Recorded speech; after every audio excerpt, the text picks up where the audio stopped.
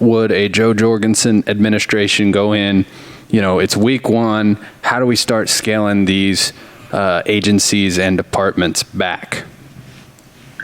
Well, first, I'd like to point out that my very first official act will be to start bringing the troops home. So I know we need to scale back agencies, but the first thing I want to do is bring our people home, get them out of harm's way.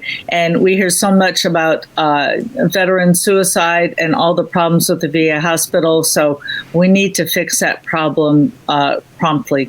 And then we just start in.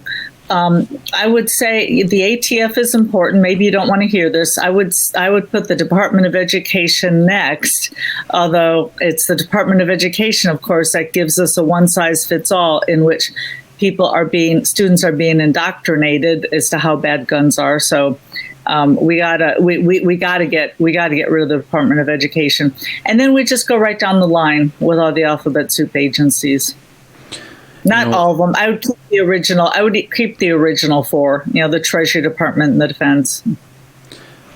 That's interesting, and I wanted to, maybe not spend a long time on it, but on the issue of foreign policy and bringing the troops home, I have seen that often framed as something that the military would disagree with or veterans would disagree with.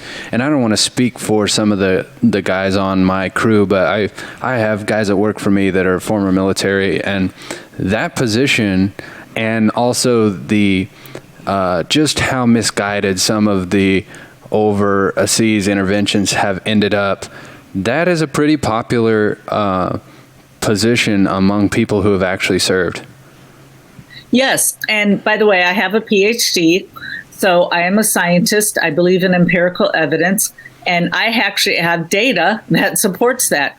And if you look, I'm sure you've heard of this or heard about this, but when Ron Paul ran in 2012, he received more donations total from the deployed soldiers overseas than all the other candidates combined. And a lot of people are so surprised to hear that. It's like, well, that doesn't make sense. You would think they'd want the military larger, but no, they're the ones over there seeing all the problems. And I've talked with many veterans on my campaign trail, and I had one tell me, I saw things that nobody should ever have to see. We just got to get home. It's great. It's great to hear that. I'm glad that you have a voice to say those things. Previous episodes and more available at gunshopshow.com.